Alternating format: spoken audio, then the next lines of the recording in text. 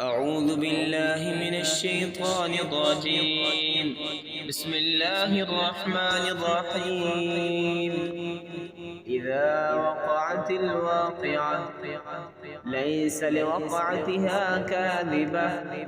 خافضة رافعة إذا رجت الأرض رجا وبست الجبال بسا فكانت هباء منبثا وكنتم أزواجا ثلاثة فأصحاب الميمنة ما أصحاب الميمنة وأصحاب المشأمة ما أصحاب المشأمة والسابقون السابقون أولئك المقربون في جنات النعيم ثلة من الأولين وقليل من الآخرين على سرر موضونة متكئين عليها متقابلين يطوف عليهم ولدان مخلدون بأكواب وأباريق وكأس من معين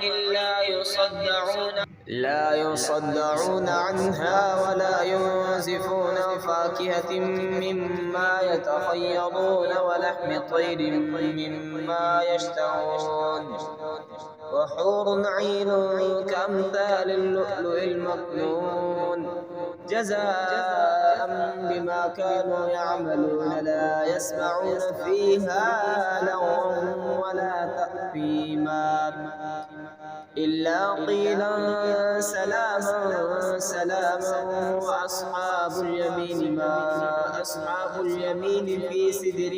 مخضود وطلح منضود وظل ممدود وماء مسكوب وفاكهة كثيرة لا مقطوعة ولا ممنوعة وفرش مرفوعة إنا أنشأناهن إنشاء فجعلناهن أبكارا عربا أترابا لأصحاب اليمين ثلة من الأولين وثلة من الآخرين وأصحاب الشمال ما أصحاب الشمال في سموم وحميم وظل من يحموم لا بارد ولا كريم إنهم كانوا قبل ذلك مترفين وكانوا يصرون على الحنث العظيم وكانوا يقولون أئذا متنا وكنا ترابا وعظاما أئنا لمبعوثون أو آباؤنا الأولون قل إن الأولين والآخرين لمجموعون إلى ميقات يوم معلوم ثم إنكم أيها الضالون المكذبون لآكلون من شجر من زقوم فمالئون منها البطون فشاربون عليه من الحميم فشاربون شرب الهيم هذا نزلهم يوم الدين نحن خلقناكم فلولا تصدقون أفرأيتم ما تمنون أأنتم تخلقونه أم نحن الخالقون نحن قدرنا بينكم الموت وما نحن بمسبوقين على أن نبدل أمثالكم وننشئكم فيما لا تعلمون ولقد علمتم النشأة الأولى فلولا تذكرون أفرأيتم ما تحرثون أنتم تزرعونه أم نحن الزارعون لو نشاء لجعلناه حطاما فظلتم تفكرون إنا لمغرمون بل نحن محرومون أفرأيتم الماء الذي تشربون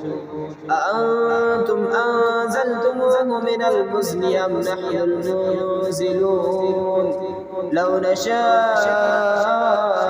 جعلناه أجاجا فلولا تشكرون أفرأيتم النار التي تورون أأنتم أنشأتم شجرتها أم نحن المنشئون نحن جعلناها تذكرة ومتاعا للمقوين فصبح باسم ربك العظيم فلا أقسم بمواقع النجوم وإنه لقسم لو تعلمون عظيم إنه لقرآن كريم في كتاب مكنون لا يمسه إلا المطهرون تنزيل من رب العالمين أفبهذا الحديث أنتم مدهنون وتجعلون رزقكم أنكم تكذبون فلولا إذا بلغت الحلقوم وأنتم حينئذ تنظرون ونحن أقرب إليه منكم ولكن لا تبصرون فلولا إن كنتم غير مدينين ترجعونها إن كنتم صادقين فأما إن كان من المقربين فروح وريحان وجنة نعيم وأما إن كان من أصحاب اليمين فسلام لك من أصحاب اليمين وأما إن كان من المكذبين الضالين فنزل من حميم وتصلية جحيم إن هذا لهو حق اليقين فسبح باسم ربك العظيم آمنت بالله صدق الله العظيم.